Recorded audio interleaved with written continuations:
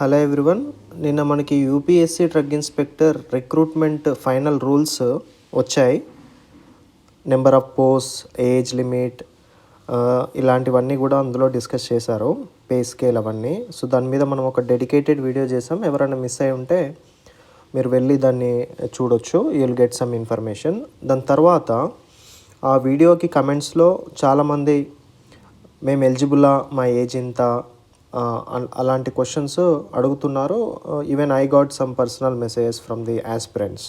So I just wanted to make a dedicated video on age limit and age relaxation. ఈ రెండింటి మీద నేను ఒక డెడికేటెడ్ వీడియో చేద్దామని ఇది చేస్తున్నాను. సో దీంట్లో నేను వెరీ క్లియర్గా, చాలా డీటెయిల్డ్గా, సింపుల్ లాంగ్వేజ్లో ఏజ్ లిమిట్ అంటే ఏంటి, ఏజ్ రిలాక్సేషన్ అంటే ఏంటి, ఆ సింపుల్ టర్మ్స్ కూడా మనము అర్థం చేసుకొని will understand the entire scenario. So మీకు ఎలాంటి క్వశ్చన్స్ ఉండవు. సో ఈ వీడియో దేనికోసం అంటే, మీకు ఏజ్ లిమిట్ వస్తుందా లేదా అనేది మీరు తెలుసుకుంటే, so you will have some idea. మీరు యూపీఎస్సీకి ప్రిపేర్ అవ్వాలా, లేదు స్టేట్ లెవెల్ డ్రగ్ ఇన్స్పెక్టర్కే కన్ఫైన్ అవ్వాలా అనేది యూ కెన్ డిసైడ్. సో మనము ఏజ్ లిమిట్, ఏజ్ రిలాక్సేషను అనేది తీసుకుంటే, బేసిక్ నుంచి నేను చెప్తా మీకు.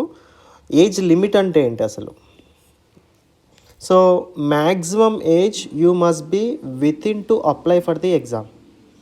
అంటే మ్యాక్సిమం ఏజ్ మీరు అప్లై చేయడానికి ఎంత ఉండాలి వితిన్ ద లిమిట్ అనేది ఏజ్ లిమిట్ గురించి చెప్తుంది అన్నట్టు.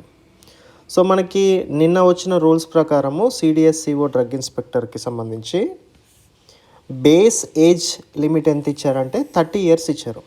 ఎప్పుడైనా ఏజ్ లిమిట్ అనేది ఎలా ఉంటుందంటే, లాస్ట్ డేట్ ఆఫ్ అప్లికేషన్ని బేస్ చేసుకొని మనము చూసుకోవాలి.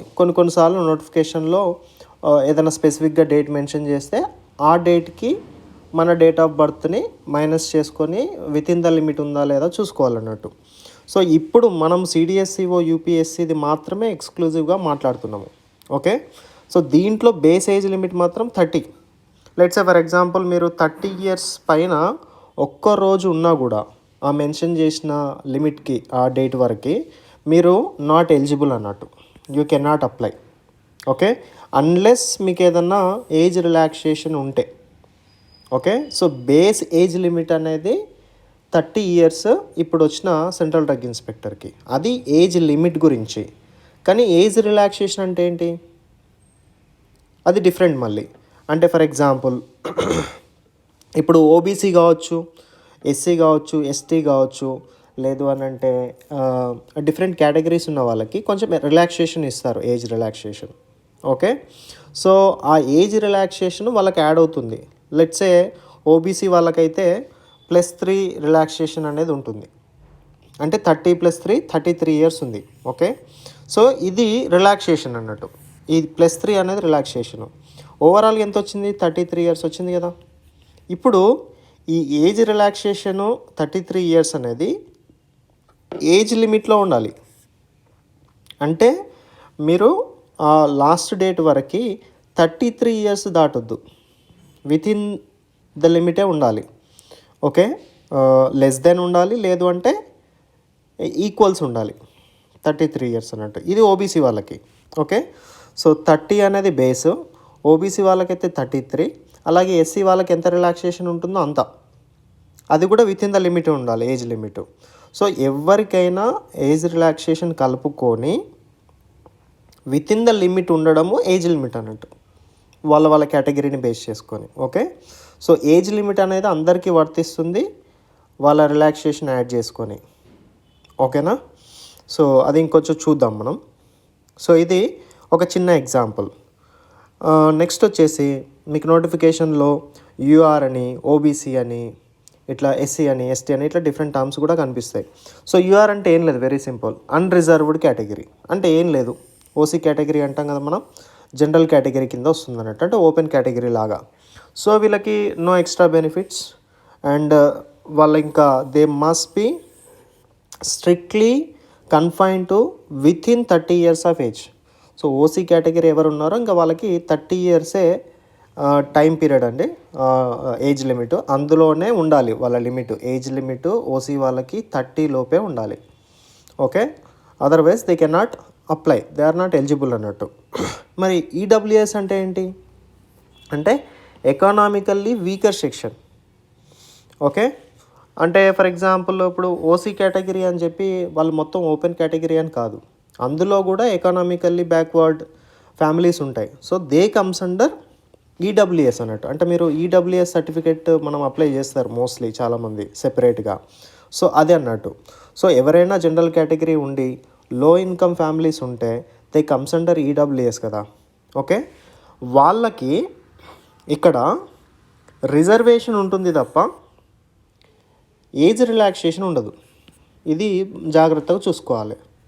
అంటే దాని అర్థం ఏంటి, 30 years ఏదైతే ఉందో ఓసీ వాళ్ళకి అది అలాగే ఉంటుంది. ఓకే, మీరు ఈడబ్ల్యూఎస్ కేటగిరీ కదా అని చెప్పి మీకు ఏజ్ రిలాక్సేషన్ పొడిగించడం ఉండదు అన్నట్టు. కానీ మీకంటూ కొన్ని సీట్స్ ఇప్పుడు మనకి 419 పోస్ట్లో ఈడబ్ల్యూఎస్ కేటగిరీ కింద ఏమని ఇస్తే అక్కడ మీకు బెనిఫిట్ అవుతుంది. ఇది మీరు జాగ్రత్తగా చూసుకోవాలి. ఓకే, సో రిజర్వేషన్కి ఏజ్ రిలాక్సేషన్కి డిఫరెన్షియేషన్ చూసుకోవాలి. సో మీరు ఓసీ కేటగిరీ అయితే, ఈడబ్ల్యూఎస్ కేటగిరీ అయితే మీకు ఏజ్ రిలాక్సేషన్ వర్తించదు, బట్ మీకు కొన్ని సీట్స్ మాత్రం స్పెషల్గా రిజర్వ్ అయి ఉంటుంది. మీరు అక్కడ ఆ కేటగిరీలో మీరు జాబ్ కొట్టుకోవడానికి ప్రాబబిలిటీ ఎక్కువ ఉంటుంది. Next, what is OBC, non creamy layer అంటారు కదా. ఈ టర్మినాలజీ కూడా అంటే ఏంటంటే ఓబీసీ అంటే other backward classes, non creamy layer అంటే ఫ్యామిలీ ఇన్కమ్ ఎంత ఉండాలంటే బిలో 8 lakhs per year ఉండాలి. ఇది కూడా మనం ఓబీసీ సర్టిఫికేట్స్ తీసుకుంటాం మోస్ట్లీ. ఓకే, సో వీళ్ళకేంటి వాట్ దే విల్ గెట్ అంటే వీళ్ళకి ఓబీసీ రిజర్వేషన్ వస్తుంది. అంటే వాళ్ళకంటూ ఓబీసీ కేటగిరీలో కొన్ని సీట్స్ అన్నీ ఉంటాయి, అక్కడ వాళ్ళ బెనిఫిట్ వస్తుంది. నెక్స్ట్ వీళ్ళకి కొంచెం ఎక్స్ట్రా ఏజ్ రిలాక్సేషన్ కూడా ఉంటుంది. ఎంత ఉంటుంది వాళ్ళకి, +3 years ఉంటుంది. అంటే సింపుల్గా చెప్పాలంటే ఓబీసీ కేటగిరీ ఎవరైతే ఉంటారో ఓకే వాళ్ళందరికీ 33 years ఏజ్ వరకు వాళ్ళు అప్లై చేసుకోవచ్చు. సో మీరు చెక్ చేసుకోండి, ఎవరైనా ఓబీసీ వాళ్ళు ఉంటే 33 years మీది ఉంటుందా. ఒకవేళ నోటిఫికేషన్ వచ్చే వరకు టెంటేటివ్గా మీకు తెలిసిపోతుంది. ఓకేనా, ఇప్పటి నుంచి ఒక 3 months 2 months అనుకుంటే మీకు పాసిబిలిటీ ఉందా లేదా అనేది మీరు కొంచెం గెస్ చేసుకోవాలి. అట్లా ఫైనల్గా నోటిఫికేషన్ వచ్చిన తర్వాత మనకి ఫుల్ డీటెయిల్స్ తెలుస్తాయి కాబట్టి. Next SC ST, scheduled caste అంటే ఎస్సీ, స్కెడ్యూల్డ్ ట్రైబ్ అంటే ఎస్టీ. సో వీళ్ళకి వచ్చేసి కొంచెం ఎక్కువ రిలాక్సేషన్ ఉంటుంది. వీళ్ళకి కూడా ఎస్సీ రిజర్వేషన్ ఎస్టీ రిజర్వేషన్ ఉంటుంది, వీళ్ళకి కూడా ఎక్స్ట్రా ఏజ్ రిలాక్సేషన్ ఉంటుంది. బట్ వీళ్ళకి ఇంకా ఎక్కువ, ఓబీసీ వాళ్ళకి +3 అయితే వీళ్ళకి +5 years ఉంటుంది. సో ఎస్సీ ఎస్టీ వాళ్ళు ఎవరైతే ఉన్నారో వాళ్ళందరూ 35 years ఒకవేళ వితిన్ ఉంటే, ఈక్వల్ ఉంటే 35 years వాళ్ళకి మీరు అప్పటి వరకు అప్లై చేసుకోవచ్చు. ఇంకా పీడబ్ల్యూబీడీ అని కనిపిస్తుంది మీకు, అంటే persons with bench mark disabilities.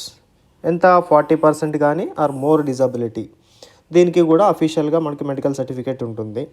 So వీళ్ళకి చూడండి హయ్యెస్ట్ ఏజ్ రిలాక్సేషన్ ఉంటుంది +10 years ఫర్, మళ్ళీ ఇక్కడ స్పెసిఫిక్గా జనరల్ కేటగిరీ ఈడబ్ల్యూఎస్ అయితే +10 వస్తుంది.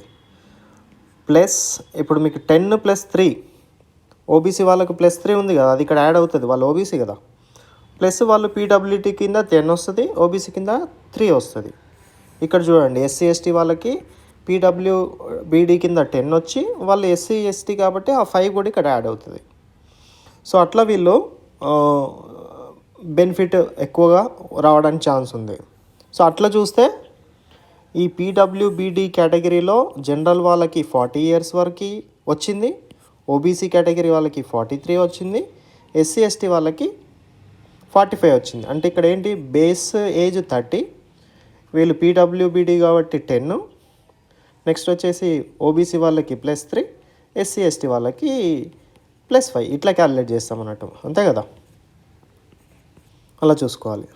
Next, what is central government employee relaxation, ఇది నిన్న ఫైనల్ రూల్స్లో ఇది మెన్షన్ చేశారు.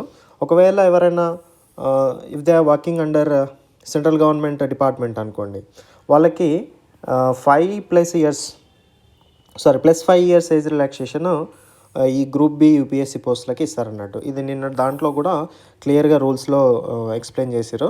అంటే సింపుల్గా గవర్నమెంట్ ఎంప్లాయీ ఏదైనా కేటగిరీలో సెంట్రల్ గవర్నమెంటే. సో అన్రిజర్వ్డ్ కింద 35 వస్తుంది. ఓబీసీ వాళ్ళకి 30 + 3 + ఈ 5 వస్తుంది అన్నట్టు, అంతే కదా. 3 + 5 అంటే 38. ఎస్సీ ఎస్టీ వాళ్ళకి 30 + 5 + ఇక్కడ 5 అంటే 40 వస్తుంది. ఓకే, సో ఓసీ వాళ్ళకి 30 + 5 వచ్చింది. అట్లా చూసుకోవాలి. And first of all reservation అంటే ఏంటి? రిజర్వేషన్ అంటే కొన్ని సీట్స్ మనకి kept aside for certain categories అన్నట్టు. ఓబీసీ కేటగిరీ అని, ఎస్సీ అని, ఎస్టీ అని, ఓపెన్ కేటగిరీ వాళ్ళకి మాత్రం ఇది ఒకటి అడ్వాంటేజ్, ఈడబ్ల్యూఎస్ అని, నెక్స్ట్ పీడబ్ల్యూబీడీ అని ఇలా ఉంటాయి అన్నట్టు. సో రిజర్వేషన్ అనేది సిలబస్ వాళ్ళకి ఏం సిలబస్ చేంజ్ ఏమి ఉండదు. ఓన్లీ ఏంటంటే ఆ గ్రూప్లో కాంపిటీషన్కి అండ్ కట్ ఆఫ్ మార్క్స్ దగ్గర వీళ్ళకి కొంచెం అడ్వాంటేజ్ ఉంటుంది. సో ఇలా మనము age limit, next age relaxation, ఫైనల్గా రిజర్వేషన్ ఇట్లా చూసుకోవాలి. సో ఈ వీడియో చూస్తున్న అందరూ కూడా మీ కేటగిరీ వైజ్గా మీ date of birth Aadhaar card basis మీద చూసుకొని టెంటేటివ్గా మీరు ఇది క్యాలిక్యులేట్ చేసుకోండి. అండ్ ఇలాంటి టర్మ్స్ మీకు కనిపించినప్పుడు మీరు కన్ఫ్యూజ్ అవ్వకండి. సో మీరు అందరు ఏం చేస్తారంటే నోటిఫికేషన్ అబ్సల్యూట్లీ రాబోతుంది. And this is a huge notification. ఇంత పెద్ద నోటిఫికేషన్ ఇప్పటివరకు రాలేదు. సో ఈ ఏజ్ లిమిట్లో కనుక మీరు ± కొంచెం మ్యాచ్ అవుతున్నారు అనుకుంటే ఓకే, డెఫినెట్గా you should start your preparation. Okay, ఇన్ని పోస్టులు మళ్ళీ ఎప్పుడు వస్తాయో రావో తెలీదు. సో నేను నెక్స్ట్ వీడియోలో I will make a video on syllabus కానీ లేదంటే ఇంకా కొన్ని డీటెయిల్స్ మీద నేను వీడియో చేస్తాను. ఓకే, ఇది మీ ఫ్రెండ్స్ అందరికీ షేర్ చేయండి. Because they are also you know in a state of confusion, మేము ఎలిజిబులా కాదా అనేది. ఓకే, ఇదంతా నేను చెప్పిందంతా సెంట్రల్ డ్రగ్ ఇన్స్పెక్టర్ ఎగ్జామ్కి సంబంధించి. బట్ స్టేట్ డ్రగ్ ఇన్స్పెక్టర్ ఎగ్జామినేషన్కి ఏజ్ రిలాక్సేషన్ చాలా ఎక్కువ ఉంటుంది. అంటే 40 years వరకు అట్లా అప్లికేబుల్ అన్నట్టు. ఒకవేళ మీరు దీనికి ఎలిజిబుల్ రావట్లేదు అనుకోండి, ఏజ్ అయిపోయింది అనుకోండి, మీరు స్టేట్ డిఐ ఎగ్జామ్ ఉంది కదా మనకి ఎలాగూ, దానికి ప్రిపేర్ అవ్వండి. ఓకేనా. But you should prepare for the examination, అది యూపీఎస్సీయా స్టేటా. సో ప్రిపరేషన్ మాత్రం స్టార్ట్ చేయాలి. Okay, so share this video among your friends and I'll see you in the next video. Thank you.